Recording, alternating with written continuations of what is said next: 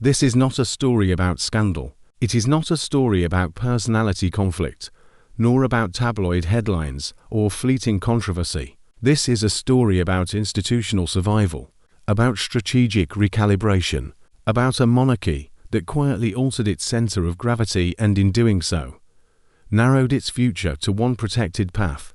What has changed is not merely the relationship between Prince Harry and the royal household. What has changed is the structure of emphasis inside the monarchy itself. And that matters now because the crown is no longer balancing multiple public narratives. It is consolidating around one. This documentary will examine how that shift occurred, why it was necessary from the institution's perspective, and what it means for public trust, continuity, and the monarchy's long-term stability. If this strategy fails, the stakes are not personal, they are constitutional. The monarchy survives not through charisma, but through confidence, confidence that it is stable, coherent, and forward-moving. If the public begins to perceive instability, contradiction, or fragmentation, that confidence weakens. And when confidence weakens, so does relevance. What is at risk is not simply reputation, it is institutional legitimacy, and legitimacy, once diluted, is exceptionally difficult to restore. For decades, the British monarchy operated on a model of internal balance. There was the heir, disciplined, reserved, inevitable, and there were supporting figures, expressive, accessible, modernizing. This dynamic allowed the crown to appear both timeless and evolving at the same time. The structure functioned because it distributed symbolic weight across personalities. No single branch carried the entire burden of representation, but institutions built on inherited hierarchy are sensitive to disruption. When internal dissent becomes public, when personal narrative challenges collective narrative, the system reacts, not emotionally, structurally. To understand the shift, we must step back and observe the pattern. Historically, the monarchy has absorbed turbulence by narrowing focus. During moments of crisis, it reduces visibility of instability and amplifies continuity. After abdication, after divorce scandals, after tragedy, the institution's instinct has always been consolidation. It protects the line. It protects the heir. It protects predictability. What happened in the years following Harry and Meghan's departure was not unprecedented. It was patterned. The monarchy did what it has always done when faced with narrative divergence. It reduced narrative plurality. And this is where the story becomes more complicated. Harry and Meghan's exit was not merely physical, it was philosophical. They articulated grievances publicly. They reframed royal life through the language of harm, exposure, and institutional rigidity. Whether one agrees with their perspective or not, the effect was undeniable. The monarchy was no longer speaking with one voice. In a constitutional monarchy, unity is not aesthetic, it is functional. Symbolism must appear seamless. Contradiction suggests instability, and instability suggests vulnerability. From the institution's standpoint, a choice emerged: continue accommodating divergent narratives, or recalibrate around a singular, controlled future. The recalibration was gradual. There was no announcement, no declaration of exclusion. Instead, there was emphasis, increased visibility for the Prince and Princess of Wales, strategic positioning during national moments, a clear framing of the future through one family unit. This was not retaliation. It was risk management. Risk in monarchy is rarely about scandal alone. It is about fragmentation of meaning. If different royal figures communicate incompatible interpretations of duty, the public begins to question the institution's coherence, and coherence is essential to ceremonial authority. Consider the contrast that emerged. On one side, a model of public expression, interviews, memoirs, documentaries. On the other, a model of restraint, minimal commentary, controlled appearances, institutional language, silence versus exposure, stability versus attention, duty versus narrative. These binaries are not moral judgments, they are structural contrasts, and in institutional terms, one model is easier to sustain. The monarchy cannot function if every disagreement becomes a televised explanation. It survives because it absorbs disagreement internally. When that internal boundary erodes, containment becomes strategy, but containment carries cost. The cost is adaptability. In narrowing its center of gravity, the monarchy gains clarity, but loses elasticity. It gains consistency, but sacrifices internal tension, and tension, historically, has sometimes driven evolution. We have seen this before. After the abdication crisis of 1936, the institution retreated into conservatism. It doubled down on duty, discipline, and moral predictability. That consolidation restored stability, but at the expense of modernization for a generation. After the turmoil of the 1990s, the monarchy again narrowed focus, presenting a streamlined public image under Queen Elizabeth II's later years. The lesson absorbed was simple: fewer voices mean fewer risks, and so the present shift follows precedent. Yet this moment differs in one critical way. The monarchy now operates in a hyper-mediated world. Digital ecosystems amplify divergence instantly. Silence competes with spectacle. Restraint must coexist with viral narrative, which raises a question that lingers quietly beneath the surface. Can a monarchy built on controlled symbolism survive in an environment that rewards exposure? The answer, so far, has been measured containment. William and Catherine have become the visible axis of continuity. Their public engagements emphasize steadiness. Their messaging avoids direct confrontation. Their presence reassures rather than agitates. This is strategic positioning, not personal triumph. Because when the institution concentrates symbolic weight on one path, it does so not because alternatives lack value, but because multiplicity introduces unpredictability, and unpredictability threatens the perception of inevitability. Monarchy depends on inevitability. The public must feel that succession is smooth, that direction is certain, that internal cohesion exists even if private disagreement persists. The royal shift, therefore, was not about excluding Harry and Meghan emotionally. It was about preventing dual futures from competing publicly. Competing futures destabilize inherited systems. But this brings us to another layer of complexity. By narrowing the monarchy's center of gravity, the institution has effectively placed extraordinary pressure on one branch. When stability depends primarily on a single visible family unit, margin for error shrinks dramatically. There are fewer buffers, fewer secondary narratives, fewer distributed responsibilities. If the chosen path falters, the institution has limited alternatives. This is the risk of consolidation, and it leads us to the deeper question: was the shift defensive or proactive? Defensive implies reaction. Proactive implies foresight. Perhaps it was both. From one perspective, the monarchy protected itself from ongoing narrative challenge. From another, it clarified succession in a time of generational transition. The British monarchy has always understood time differently from the public. Governments think in terms of election cycles, media thinks in terms of headlines, but monarchy thinks in reigns, in succession, in the slow transfer of legitimacy from one generation to the next. Decisions made today are rarely designed to solve immediate problems. They are designed to minimize disruption years or decades later.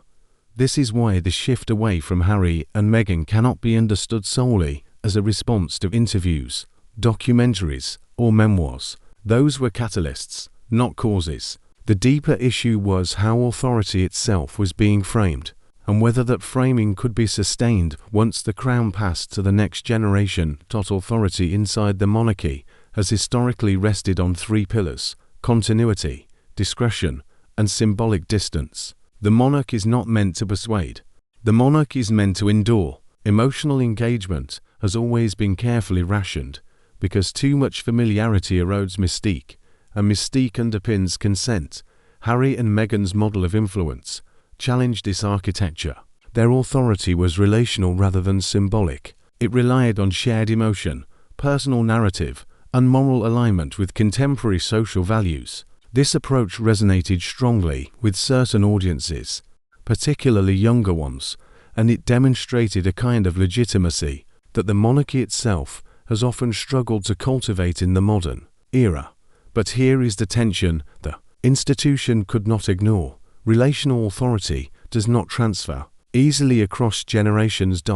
It is powerful while the individual remains central, articulate, and visible. But it is difficult to institutionalize. It cannot be inherited. It cannot be standardized. And it does not survive silence. Symbolic authority, by contrast, is impersonal by design. It belongs not to the individual, but to the role. It allows succession without reinvention. It assumes that the public's relationship is with the crown, not the person wearing it. When the monarchy assessed its future, it faced a choice between these two models. One offered immediate resonance, but long-term volatility. The other offered predictability, but risked cultural distance. The decision to consolidate around the Prince and Princess of Wales signalled which model it trusted to carry legitimacy forward. This is where the generational stakes become unavoidable. Prince William represents continuity in its purest institutional form. He was raised with the explicit understanding that personal expression must never outrun structural obligation. His public persona has been shaped by restraint, by consistency, and by an almost deliberate lack of narrative dynamism. This has often made him appear distant, even dull, in comparison to his brother. But dullness within monarchy is not a weakness. It is insulation. Catherine embodies a complementary form of authority. She has mastered the language of emotional accessibility without narrative exposure. Her empathy is visible, but her inner life remains private. She projects warmth without inviting scrutiny. This balance is not accidental. It is cultivated. Together, they represent a model of monarchy that seeks to reassure rather than persuade. Their authority is meant to feel inevitable rather than earned, and inevitability is the cornerstone of hereditary systems. Harry and Meghan, by contrast, presented a model of legitimacy that required continuous explanation. Their influence depended on context, clarification, and repeated articulation of intent. This made their authority dynamic, but also perishable. Once the story stops being told, the authority dissipates. From the perspective of succession planning, this mattered. A monarchy built on symbolic authority can survive quiet periods. A monarchy built on narrative authority cannot. It must constantly refresh its relevance. It must respond. It must engage. The institution concluded implicitly, but decisively, that this was not a sustainable foundation for long-term legitimacy. But this conclusion carries its own risks, because symbolic authority, once detached from emotional resonance, can become hollow. The monarchy has faced this problem before. In the years following Princess Diana's death, public grief exposed the limits of institutional distance. The monarchy was forced to recalibrate, to appear more human, more responsive, more emotionally present. That recalibration succeeded precisely because it was limited. It did not redefine the institution.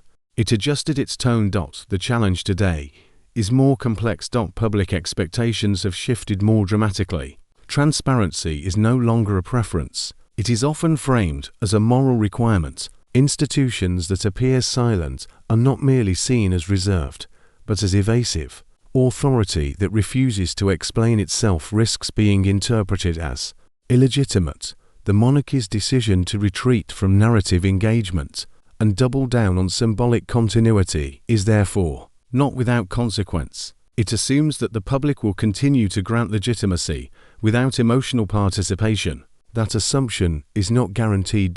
And yet, the institution has chosen to make it. This is where the story deepens.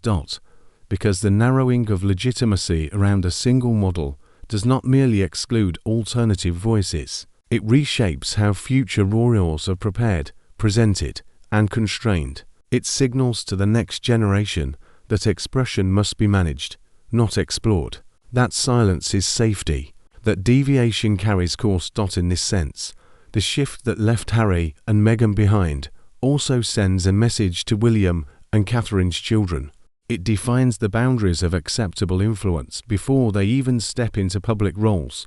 The monarchy is not just protecting itself from external criticism, it is disciplining its future. This raises an uncomfortable but necessary question. Is the monarchy preparing its next generation for resilience or for fragility? Because resilience requires adaptability, it requires the ability to absorb change without losing coherence. Fragility emerges when systems become so tightly controlled that any disruption threatens collapse. By consolidating authority around silence and predictability, the monarchy reduces immediate risk, but it also reduces its capacity to evolve organically. Harry and Meghan represented an organic challenge. They were not imposed from outside. They emerged from within. Their divergence exposed fault lines that had long existed beneath the surface. By stepping away, they did not create those tensions. They revealed them. The institution responded by sealing the fault lines rather than exploring them. This is an understandable response, but it is not a neutral one. History shows that institutions which survive longest are those that adapt selectively without denying internal contradiction. Too much openness destabilizes. Too much closure ossifies. The British monarchy has historically been adept at walking this line. The current moment tests whether that skill remains intact. As William moves closer to kingship, the question of generational legitimacy will become more urgent. He will inherit not only a crown, but the consequences of decisions made before his reign officially begins. The narrowing of authority around his family places extraordinary pressure on his ability to embody both stability and relevance. And relevance cannot be inherited. It must be negotiated anew with each generation. This is why the story does not end with Harry and Meghan's departure from the operational center of the monarchy. Their absence reshapes the terrain on which legitimacy must now be maintained. The institution has chosen its model. The public will determine whether that model continues to command consent. But this is where the story becomes more complex still, because legitimacy is not only shaped by internal strategy, it is shaped by external comparison. And in the next section, we will examine how the monarchy's retreat from narrative authority intersects with a global environment saturated with storytelling, transparency, and moral positioning, and why the contrast between institutional silence and personal testimony may grow sharper, not softer, with time. If the monarchy's internal recalibration was about control, its external challenge is about comparison. No institution exists in isolation anymore. The crown does not compete only with political systems or rival governments. It competes with narratives, with platforms, with personalities who command attention without constitutional constraint. And in that environment, the contrast between institutional silence and personal storytelling becomes sharper with each passing year. The monarchy has always relied on spectacle, but it has relied on controlled spectacle. Coronations, jubilees, weddings, funerals, these are orchestrated moments, carefully staged to reinforce continuity. They are not spontaneous. They are not reactive. They are ceremonial reaffirmations of permanence. The spectacle serves the institution, not the individual. Harry and Meghan operate in a different ecosystem. Their visibility is fluid. It moves across interviews, streaming platforms, podcasts, philanthropic announcements, and public appearances untethered to state ceremony. Their spectacle is narrative-driven rather than ritual-driven. It evolves. It responds. It adapts to audience engagement. The institutional challenge here is subtle but profound. Ritual spectacle reinforces hierarchy. Narrative spectacle reinforces relatability. Ritual tells the public, this is who we are. Narrative tells the public, this is how we feel. Both forms of spectacle can generate loyalty, but they generate different kinds of loyalty. The monarchy's recalibration chose ritual over narrative. This choice assumes that ritual remains culturally potent, and in many respects, it does. State occasions continue to draw global attention. The symbolism of crowns and pageantry retains emotional resonance, yet resonance is not static. It must be renewed with each generation. Younger audiences are less shaped by tradition alone. Their allegiance is often tied to perceived authenticity. They expect institutions to articulate values explicitly rather than imply them through ceremony. When the monarchy refrains from narrative engagement, it preserves dignity, but it may also forfeit narrative ground. This is where the global comparison intensifies. Around the world, public figures increasingly leverage vulnerability as strength. They share struggle as a form of leadership. They narrate their evolution as proof of growth. In that context, silence can appear strategic or it can appear evasive. The monarchy's position is uniquely constrained. It cannot engage in constant narrative explanation without eroding mystique. Yet if it refuses to engage at all, it risks appearing disconnected from contemporary expectations of transparency. Harry and Meghan's public posture accentuates this contrast. Their willingness to articulate grievance, to frame personal experience as systemic critique, and to position themselves as agents of moral commentary creates a parallel monarchy of narrative influence. They do not wield constitutional authority, but they wield interpretive authority. They shape how audiences understand the institution from the outside. This interpretive authority complicates the monarchy's strategy, because while the crown consolidates symbolic legitimacy, it cannot fully control interpretive legitimacy. Stories told externally influence how ritual spectacle is received. If the monarchy appears to insulated from those narratives, it risks seeming indifferent to the emotional landscape of its own citizens. But this is where the story resists simplification. The monarchy's strategic silence is not purely defensive. It is also rooted in constitutional design. The sovereign is meant to be above political and social dispute. Engagement in narrative rebuttal could entangle the institution in cultural polarization. Silence, in this framework, is neutrality, yet neutrality in an era of intense public discourse can feel like absence, and absence invites speculation. Speculation, in turn, amplifies narrative authority elsewhere. The shift that left Harry and Meghan behind, therefore, did more than rearrange internal hierarchy. It created two parallel modes of royal influence. One operates through ritual continuity, the other operates through narrative commentary. Which mode will prove more durable remains uncertain. The monarchy has history on its side. It has survived world wars, political upheaval, social transformation. It has adapted incrementally without surrendering its core identity. That historical resilience supports the institution's confidence in symbolic authority. But the pace of cultural change today is not incremental. It is exponential. Media cycles accelerate perception. Digital platforms flatten hierarchy. Authority is constantly renegotiated in public view. This environment tests the assumption that symbolic distance alone sustains legitimacy. At the same time, narrative-driven authority carries its own fragility.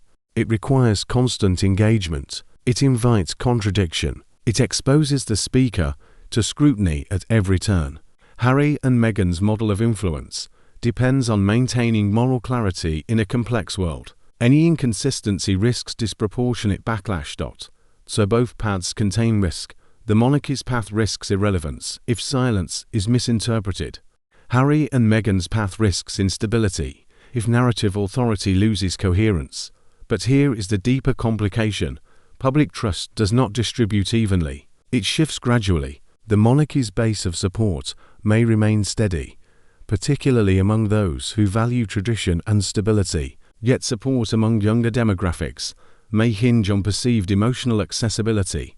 The institution appears to be wagering that stability outweighs narrative appeal the long term, that ritual authority remains culturally anchored enough to survive episodic narrative challenge. This wager is not irrational. It is historically grounded. But history does not guarantee repetition. What makes this moment distinct is the coexistence of two credible royal archetypes. One embodies continuity, the other embodies disruption. Both claim legitimacy, but on different terms, and the public must decide which model resonates more deeply with their evolving expectations of leadership. This is where the shift becomes less about family and more about philosophy. The monarchy's strategy reflects a belief that authority is preserved through discipline, Harry and Meghan's trajectory reflects a belief that authority is strengthened through disclosure, discipline versus disclosure, stability versus visibility, continuity versus commentary. These tensions are not new. They have surfaced in various forms across royal history, but rarely have they been embodied so distinctly within the same generational cohort. The recalibration that centered William and Catherine was therefore not only a personal decision, it was a philosophical one. It privileged discipline over disclosure as the sustainable model of royal authority. The consequences of that choice will unfold over years, not months. As global audiences continue to consume royal narratives from multiple angles, the contrast between silence and spectacle will sharpen. Each ceremonial appearance will be interpreted through the lens of external storytelling. Each external commentary will be measured against institutional restraint. The monarchy cannot eliminate this dynamic. It can only navigate it. But this is where the stakes return to their original definition. If the institution maintains trust while remaining disciplined, it validates its strategic narrowing. If it loses relevance among emerging generations, the cost of leaving narrative authority outside its walls may become more apparent. The shift that left Harry and Meghan behind was strategic, yes, but strategy does not conclude debate. It initiates it. And the debate now centers on whether authority in the 21st century can remain effective without embracing at least some degree of narrative transparency. In the next section, we will examine the internal consequences of this narrowing more closely, how concentration of legitimacy around a smaller circle increases pressure, reshapes succession dynamics, and potentially magnifies vulnerability at the very moment the monarchy seeks to reduce risk. When institutions narrow, they become clearer, but they also become heavier. The monarchy's recalibration did not simply reduce volatility, it concentrated responsibility, and concentration, while efficient, carries consequence. By centering legitimacy so decisively around the Prince and Princess of Wales, the institution reduced its exposure to narrative unpredictability. It simplified its public image. It created a clean line of continuity, yet it also intensified dependency on a smaller number of figures to carry symbolic stability for an entire constitutional system. This is the structural paradox of consolidation. The more focused the center becomes, the more fragile it can appear. Is that center wavers? Historically, the British monarchy functioned with broader distribution of visible authority. Extended members of the royal family absorbed ceremonial responsibilities. Peripheral figures provided symbolic reinforcement. Even when individual reputations fluctuated, the institutional fabric remained intact because legitimacy was not concentrated in a single generational axis. That fabric has thinned. Today, the operational core is tighter. The margin for reputational deviation is narrower. The future of the crown appears increasingly synonymous with the composure, health, judgment, and public perception of one household. This is not inherently dangerous. It is strategically streamlined, but it does amplify pressure. William and Catherine are no longer simply heirs. They are structural anchors. Their public conduct must remain uncontroversial. Their marriage must remain stable. Their presentation must remain disciplined. Their children must symbolize continuity without burden. The institution has placed extraordinary weight on their ability to embody restraint, and restraint, over time, demands endurance. The shift that left Harry and Meghan behind therefore created a new equilibrium. But equilibrium is not stasis. It requires constant calibration. Each public appearance reinforces the model chosen. Each quiet year strengthens the perception of inevitability. Yet beneath the surface, structural risk accumulates in quieter ways, because when institutions centralize authority, they reduce internal redundancy. Redundancy, in complex systems, is not wasteful. It is protective. It allows for fluctuation without collapse. It absorbs shock. The monarchy's narrowed configuration reduces redundancy. If public trust were to erode around its central figures, recovery pathways would be fewer. The institution would need to adapt rapidly, something it historically prefers not to do. This is where the strategy reveals both its confidence and its gamble. Confidence, because the monarchy clearly believes that disciplined continuity will outlast episodic narrative challenge. Gamble, because it assumes that concentration of legitimacy will not produce vulnerability and a future strain. The contrast with Harry and Meghan becomes sharper here. Their model distributes risk differently. Narrative authority allows reinvention. Public disclosure permits repositioning. They can pivot. They can redefine their mission. They can recalibrate messaging without constitutional constraint. The monarchy cannot pivot easily. It must appear constant. This difference is not moral. It is structural, but structure shapes resilience. In choosing to narrow, the monarchy prioritized coherence over flexibility. It determined that long-term survival depends more on reducing internal contradiction than on expanding emotional relatibility. And yet, the world it operates within grows more fluid by the year. Digital media accelerates perception. Cultural values evolve rapidly. Public patience for opacity diminishes. These external pressures do not force immediate crisis, but they test slow-moving institutions incrementally. The question, then, is not whether the monarchy can survive without Harry and Meghan. It clearly can. The deeper question is whether the model it has chosen, symbolic continuity reinforced by disciplined silence, can sustain legitimacy in an era defined by narrative participation. This is where history offers perspective. The monarchy has endured precisely because it avoids dramatic swings. It absorbs change selectively. It waits for cultural waves to crest and recede. It trusts duration over reaction. But duration alone does not guarantee alignment with evolving expectations. The shift we have examined throughout this documentary was strategic.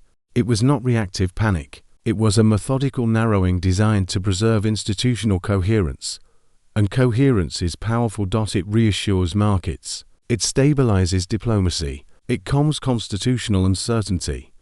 Yet coherence must coexist with relevance. If the monarchy becomes too insulated, it risks appearing ceremonial rather than meaningful. If it opens too far, it risks eroding mystique. This tension is not new, but it is sharper now, because the alternative model embodied by Harry and Meghan remains visible. It is not theoretical. It exists in real time, drawing audiences, provoking debate, shaping perception. The public can compare the two models continuously, and comparison creates evaluation. William and Catherine represent a monarchy disciplined, contained, and future-oriented. Harry and Meghan represent a narrative-driven identity that engages with contemporary discourse openly. The shift left Harry and Meghan behind institutionally, but it did not erase them from public consciousness, which means the monarchy's strategy will not be judged in isolation. It will be judged in contrast. This brings us back to the stakes defined at the beginning. What is at risk if the strategy fails? Not immediate collapse, not abolition, but gradual erosion of emotional investment. Public trust in monarchy does not disappear overnight. It recedes subtly. It transforms into indifference, and indifference is more dangerous than opposition. If younger generations feel disconnected from symbolic authority, the institution must find ways to renew meaning without abandoning discipline. That is the challenge ahead. The shift that left Harry and Meghan behind solved one problem: internal volatility. But it created a new dynamic: heightened reliance on a singular model of authority. Whether that model proves adaptable will determine the monarchy's relevance in decades to come. And so we arrive at the synthesis. This was never about personalities. It was about architecture.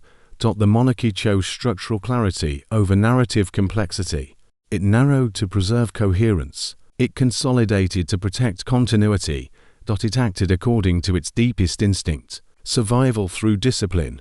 But survival in the 21st century may demand more than discipline alone. It may demand a careful reintroduction of emotional resonance within boundaries that do not fracture hierarchy. The institution has bought itself stability. Now, it must determine how to translate stability into enduring legitimacy. The shift that left Harry and Meghan behind is complete, but its consequences are still unfolding. The monarchy has chosen its path. The public will determine whether that path feels inevitable or incomplete. And that is where this story ultimately rests. Not in palace corridors, not in interviews, not in headlines, but in the quiet calculus of public consent, because monarchy endures not by force, but by belief. And belief is never permanently secured. Now I turn to you. Do you believe the monarchy strengthened itself by narrowing its core and prioritizing disciplined continuity? Or do you think that, in leaving Harry and Meghan behind, it limited its own capacity to evolve? Share your perspective in the comments. I'm interested not in reaction, but in reflection. If you found this analysis thoughtful, consider subscribing and joining the ongoing conversation. These shifts are not isolated moments, they are chapters in a longer institutional story still being written, because the real question is not what happened. It is what happens next.